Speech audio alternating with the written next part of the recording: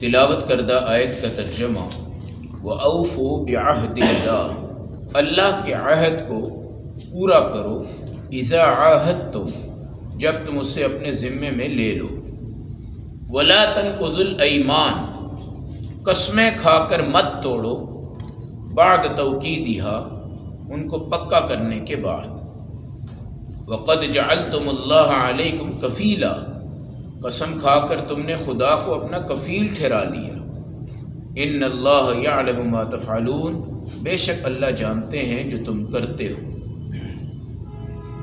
آیت نمبر 91، پارہ نمبر 14، سورۃ النحل۔ اللہ کے معاہدے جو بندے کے خدا کے ساتھ قائم ہیں۔ ایک وہ معاہدہ ہے جو ہم نے کائنات میں آنے سے پہلے عالم ارواح میں اللہ سے کیا، الست بربکم، جب انہوں نے پوچھا کہ کیا میں تمہارا رب نہیں ہوں، اس وقت تمام روحوں میں ایمان والوں نے جواب دیا بلا انت وربنا، آپ ہی ہمارے رب ہیں۔ یہ معاہدہ ہم نے خدا سے کیا ہے۔ دنیا میں آنے کے بعد اس کی پاسداری کرنا، یہی وجہ ہے کہ اللہ کا ایک قانون رحمت یہ ہے کہ اللہ نے کسی بھی انسان کو کفر پہ پیدا نہیں کیا، یہ بات یاد رکھیں، چاہے وہ عیسائی اور یہودی اور مجوسی اور نصرانی اور مرزائی کا بھی بچہ کیوں نہ ہو۔ وہ بچہ جب آتا ہے تو حدیث کے اندر آتا ہے علی الفطرۃ الاسلام، وہ مسلمانوں کی فطرت پہ ہوتا ہے۔ جب وہ بالغ ہو جاتا ہے اس کے بعد بھی اگر وہ اپنے باپ کی پیروری کرتا ہے تو پھر وہ بچہ کافر شمار ہوتا ہے۔ یہیں سے علماء نے یہ مسئلہ لکھا ہے، اگر میاں اور بیوی کافر ہیں، ان کا ایک آدھا بچہ بھی ہے، اس کے بعد ایک اس میں سے مسلمان ہو جاتا ہے اور آپس میں ان کی طلاق ہو جاتی ہے، تو بچہ جو ہے وہ اس کے ماتحت جائے گا جو کہ مسلمان ہے ان دونوں میں سے۔ یہ نہیں ہے کہ وہ بچہ کافر کے ماتحت ہو۔ الاسلام یعلو، اسلام ہمیشہ بلند ہوتا ہے، اس کے اوپر کوئی چیز بلند نہیں ہوتی۔ یہ ہماری غلط فہمی ہے کہ ہم ترقی کی راہ پہ گامزن نہیں ہیں، ہم ترقی چاہتے ہیں، اور اسلام میں رہ کر بندہ یہ کہے کہ میں ترقی پہ قائم نہیں ہوں، یہ پڑھا لکھا جاہل آدمی شمار ہوتا ہے۔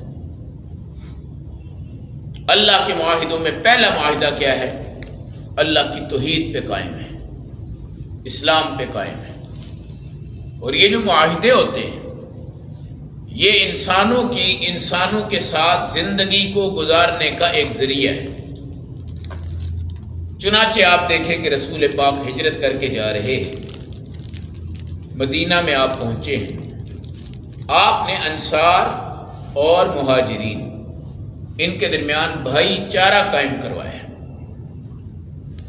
اور معاہدات کیے ہیں کہ ہم ایک دوسرے کے ساتھ چلیں گے، ایک دوسرے کے ساتھ چلیں گے۔ اس کو مواخات اسلامی کہا جاتا ہے۔ رسول پاک صلی اللہ علیہ وسلم نے کئی معاہدے کافروں سے کیے ہیں جن کو صلح کا معاہدہ کہا جاتا ہے، اور اللہ کے نبی اس پہ قائم دائم ہے۔ جب رسول اللہ صلی اللہ علیہ وسلم کو کفار نے عمرے سے روک دیا،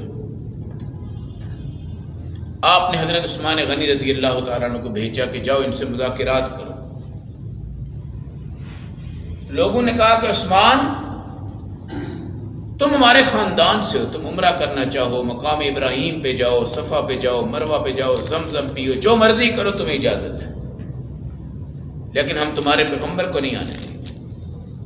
حضرت عثمان نے کہا کہ میں ایک رکن بھی ادا کرنے پہ تیار نہیں ہوں جب تک کہ رسول پاک صلی اللہ علیہ وسلم نہیں آتا۔ پھر یہیں سے غلط فہمی پھیلی کہ عثمان غنی کو شہید کر دیا گیا ہے، تو رسول پاک نے ان کے انتقام کے لیے 1400 صحابہ سے بیعت رضوان لی ہے۔ قرآن حکیم کے 26ویں پارے میں اس کا ذکر ہے، لقد رضی اللہ عن المؤمنین اذ یبایعونک تحت الشجرہ۔ بیعت حضور صلی اللہ علیہ وآلہ وسلم نے پھر صلح حدیبیہ پر معاہدہ کیا اور اس میں کافی شرائط لکھی، اور آئندہ سال انہی معاہدوں کی پاسداری کرتے ہوئے اللہ کے نبی تشریف لائے اور آپ نے عمرۃ القضاء فرمایا، یعنی گزشتہ سال کا جو عمرہ رہ گیا تھا وہ آپ نے آج قائم کیا۔ اگر ہم تاریخ اسلام کو دیکھیں تو کبھی بھی ایک معاہدہ بھی ایسا تاریخ میں نہیں ملتا کہ جس کو مسلمان نے توڑا ہو۔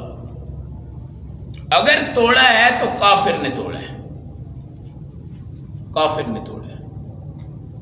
لیکن آج کیا الٹ ہے، آج لوگ کیا مثال دیتے ہیں کہ جی ہم سے تو اچھے غیر مسلم، ہم سے تو اچھے کیوں؟ کہتے ہیں کہ وہ وعدہ جب کرتے ہیں وعدہ کبھی توڑتے نہیں ہیں۔ اب یہ جملہ مسلمان کہہ رہا ہے، کافر نہیں کہہ رہا۔ ہم ان کی تعریف کر رہے ہیں، آج ہمارا بچہ تعریف کر رہا ہے۔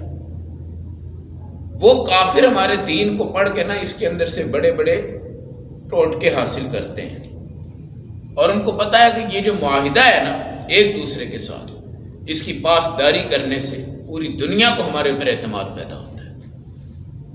اور آج مسلمان اس وعدے کو، معاہدے کو بالکل ہلکا پھلکا سمجھتے ہیں۔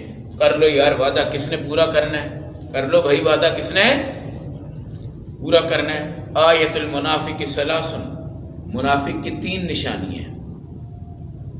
جب وہ بات کرے گا جھوٹ بولے گا، وَإِذَا اؤْتُمِنَ خَانَ، آپ امانت رکھ کے جائیں وہ خیانت کر لے گا، وَإِذَا عَاهَدَ غَدَرَ، جب آپ اس سے معاہدہ کریں تو وہ دھوکہ آپ کو دے جائے گا۔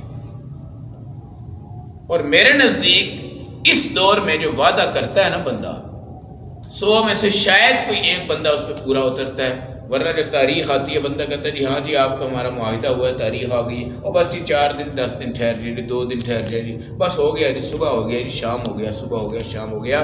یاد رکھیے گا ہمارے نبی صلی اللہ علیہ وآلہ وسلم نے کئی مرتبہ معاہدے کیے، اور آپ صلی اللہ علیہ وسلم نے کبھی کسی وعدے کو آج تک نہیں توڑا۔ چنانچہ نبوت سے پہلے آپ کو وعدہ وفادار، سچا، امانت دار، دیانتدار کہا جاتا ہے، اور آج تک حضور پاک صلی اللہ علیہ وسلم کے صحابہ نے بھی کبھی وعدوں کی مخالفت نہیں کی۔ اور یہ جو معاہدہ ہم 2 بندوں کے درمیان کرتے ہیں، قرآن کہتا ہے لا تنقضوا الایمان بعد توکیدہا، قسموں کو مت توڑا کرو وعدہ پکا کرنے کے بعد۔ اب کیا ہے جی، میں اس پہ حلف اٹھاتا ہوں جی ہمارا یہ معاہدہ ہے، ہم بھی حلف اٹھاتے ہیں جی ہمارا یہ معاہدہ ہے۔ اب قرآن کہتا ہے خدا کو تم نے اپنا کفیل بنا لیا ہے، خدا کو تم نے اپنے معاہدے میں شامل کر لیا۔ وہ کیسے؟ کہ اللہ کی قسم، اللہ کی قسم، خدا کی قسم، رب کی قسم، یہ معاہدے جو ہم کر رہے ہیں اس پر ہم قسم بھی اٹھا رہے ہیں، اور قسم میں ہم نے کس کو وکیل بنایا؟ اپنا خدا کو۔ اب خدا کی پاسداری اس کے دین کے ساتھ وابستہ ہے کہ اللہ کے جو وعدے ہم نے کیے ہیں، قسمیں ہم نے اٹھائی ہیں، اب ہم اس کے دین پہ چلیں گے، قسم نہ توڑیں۔ یاد رکھیں، جھوٹی قسم کھانے والے پر قیامت کے دن میرا اللہ غضبناک ہوگا۔ جھوٹی قسم کھانے سے سودا بک جائے گا لیکن برکت نہیں ہوگی۔ کئی لوگ آگے کہتے ہیں سیل پوری ہے، مال پورا جا رہا ہے، پیسہ پورا آ رہا ہے، سب کچھ پورا ہو رہا ہے، برکت نہیں ہے، برکت نہیں ہے۔ لاکھوں آتا ہے، لاکھوں چلا جاتا ہے، پتہ ہی نہیں چلتا کہاں سے آیا کہاں سے گیا۔ بھئی یہ کوئی بات ہے کہ پتہ ہی نہیں چلتا؟ کہیں نہ کہیں خرابی پیدا ہو گئی ہے۔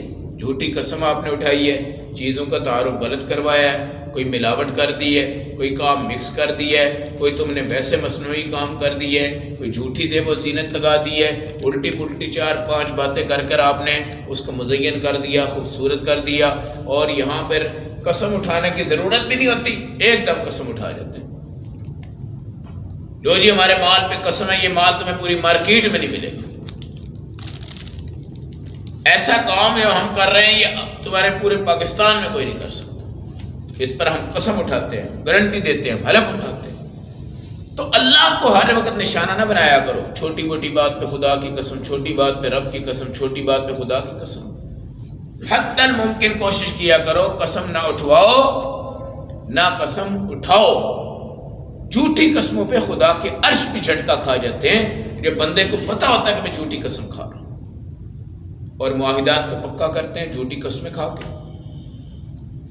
ورنہ نیک بندے جو ہوتے ہیں نا وہ ایسی قسم اٹھا بھی جائیں تو اللہ ان کی قسم پوری کر دیتے ہیں. یاد رکھیں، ایک صحابی تھے، ان کا نام تھا انس بن ربیع، بعض روایتوں میں انس بن نضر ہے. ان کی ایک بہن تھی، کسی بچی کو اس نے مارا، اس کے دانت ٹوٹ گئے. اب دین کے مطابق یہ تھا کہ جتنے اس کے دانت ٹوٹے ہیں اتنے اس کے دانت توڑو، یہ قصاص ہے. حضور پاک صلی اللہ علیہ وسلم نے فرمایا بھائی تمہاری بہن نے دانت توڑے ہیں، لہذا القصاص کیا آئے گا؟ قصاص آئے گا، تمہاری بہن کے بھی دانت ٹوٹیں گے.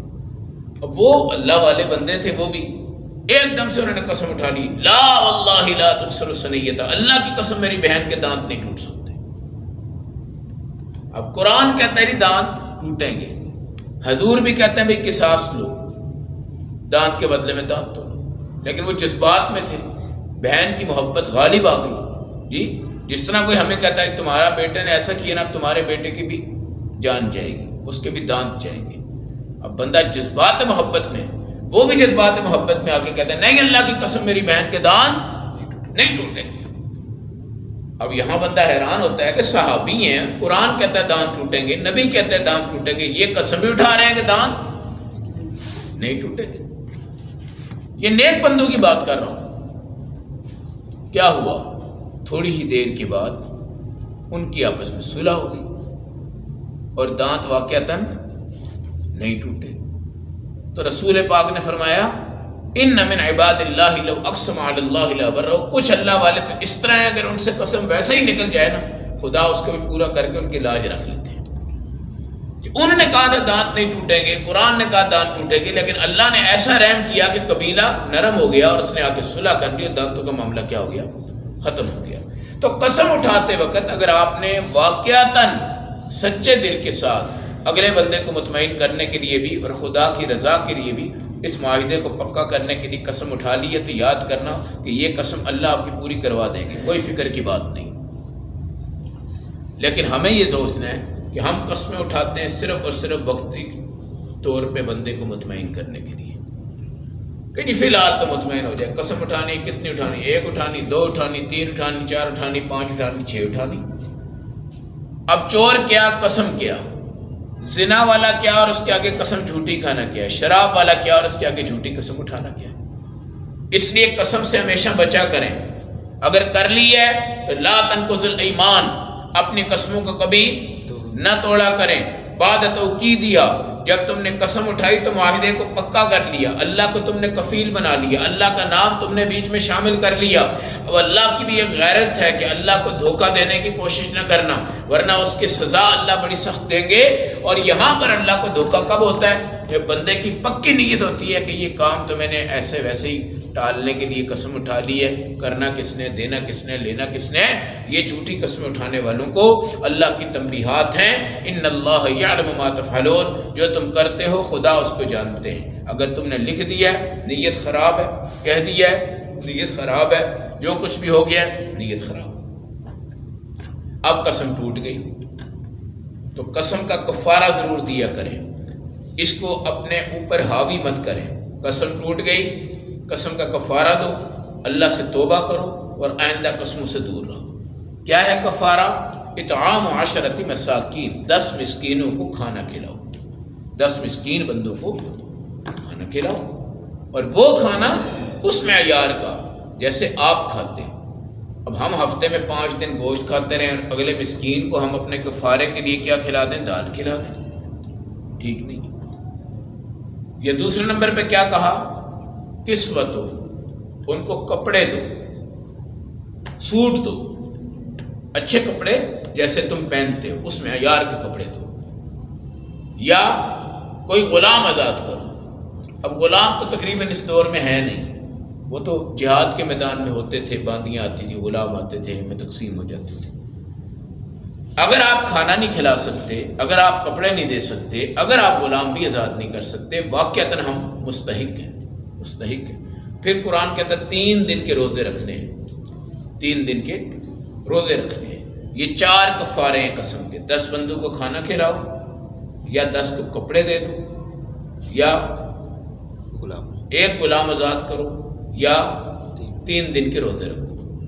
اب اس میں کوئی اختیار نہیں ہے کہ آپ سیدھا ٹوٹکا استعمال کریں گے ہم 3 روزے رکھ لیتے. نہیں، پہلا کام ہے آپ نے کھانا کھلانا ہے، نہیں تو کپڑے دینے، وہ بھی نہیں کر سکتے تو غلام آزاد کرنا ہے، وہ بھی نہیں کر سکتے تو پھر آپ نے کیا کرنا ہے، 3 دن کے روزے رکھنے ہیں. یہ قسم کا اثر چلا جائے گا. ورنہ اگر ایسے ہی قسم ٹوٹتی رہی، پھر کھاتے رہے، پھر ٹوٹتی رہی، پھر کھاتے رہے، پھر ٹوٹتی رہی، پھر کھاتے رہے، پھر ٹوٹتی رہی، تو میرے نبی نے فرمایا یہ اللہ قیامت کے دن تمہیں دیکھنا بھی گوارا نہیں کرے گا.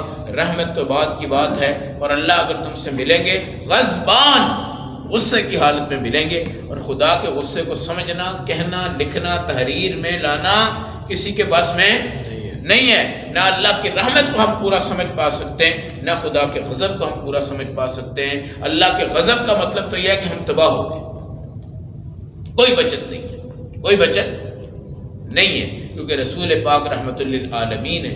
اس صورت میں بھی اللہ اگر غضبناک ہو گئے تو پھر ہمارے حالات بہت برے ہوں گے. تو میرے بھائی اکثر جو عادت ہم نے قسموں کی، قسم ہے، یہ عادتیں کیا کرو، ختم کرو، اور قسموں سے بالکل اپنے آپ کو بچایا کرو. قسموں سے پورا عرش متحرک ہوتا ہے، میرا اللہ ناراض ہوتا ہے، اور قسموں سے سارے کام میں، گھر بار میں، خاندان میں، عزت آبرو میں برکتیں ہوتی ہیں. پھر جب ثابت ہوتا ہے نا، ہاں جی اس نے جھوٹی قسم اٹھائی تھی، تو 40-50 سال کی ساری عزتیں کیا ہو جاتی ہیں، خاک میں مل جاتی ہیں، تباہ و برباد ہو جاتا ہے.